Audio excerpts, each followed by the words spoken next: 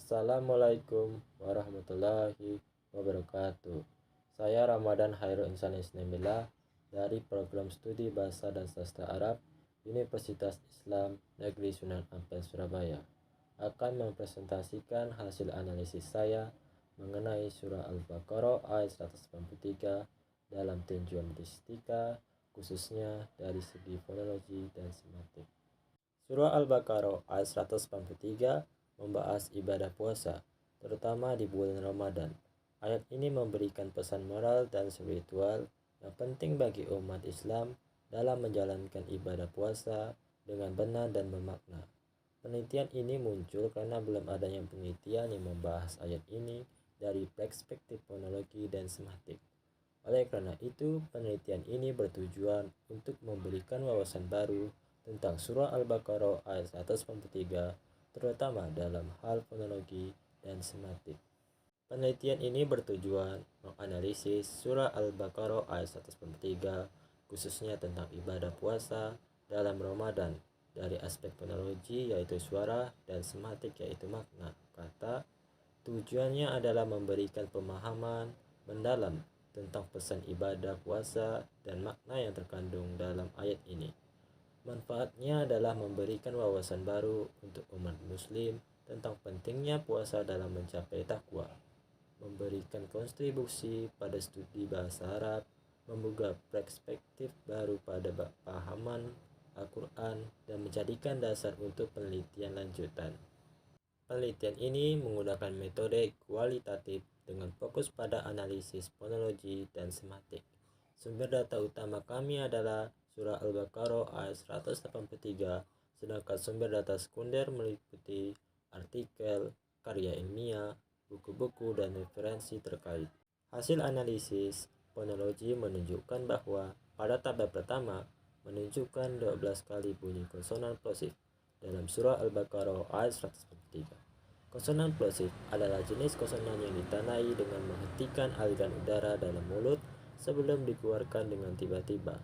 Ini mengisyaratkan bahwa puasa mengajarkan untuk mengendalikan nafsu dan menghindari perbuatan buruk. Kata sebelum dikeluarkan dengan tiba-tiba menganjurkan berbuka segera setelah matahari terbenam. Tabel kedua menunjukkan huruf Qaf mendominasi dalam surah ini. Disebutkan 6 kali. Pergerakan pangkal lidah terbatas saat berpuasa, seperti halnya gerakan huruf Qaf. Tabel ketiga menunjukkan pada konsonan frikatif bunyi zal dan ain dominasi masing-masing disebutkan 2 kali. Tabel keempat menunjukkan bunyi mahjur mendominasi disebutkan 25 kali, sementara bunyi mahmus disebutkan 12 kali. Perbedaan ini mengisyaratkan bahwa berpuasa adalah kewajiban untuk mencapai tujuan takwa dan mendekatkan diri kepada Allah. Sementara dari analisis semantik, yang pertama kata kama digunakan untuk membandingkan, menunjukkan tindakan hal sejalan dengan contoh. Yang kedua kata ummatan merujuk pada umat atau komunitas, dalam hal ini umat muslim. Yang ketiga kata kutiba berarti ditetapkan atau diwajibkan, mengacu pada kewajiban puasa bagi umat muslim. Yang keempat kata alaikum, rasa preposisi menunjukkan kewajiban berpuasa khususnya bagi umat muslim. Yang kelima kata yas'alunaka berarti bertanya, digunakan untuk menyatakan umat muslim bertanya tentang hukum puasa pada Nabi Muhammad SAW. Yang keenam kata syahri merujuk pada bulan, khususnya bulan Ramadan. Yang ketujuh kata Ramadan, nama bulan khusus dalam kalender Islam, yaitu bulan Ramadan.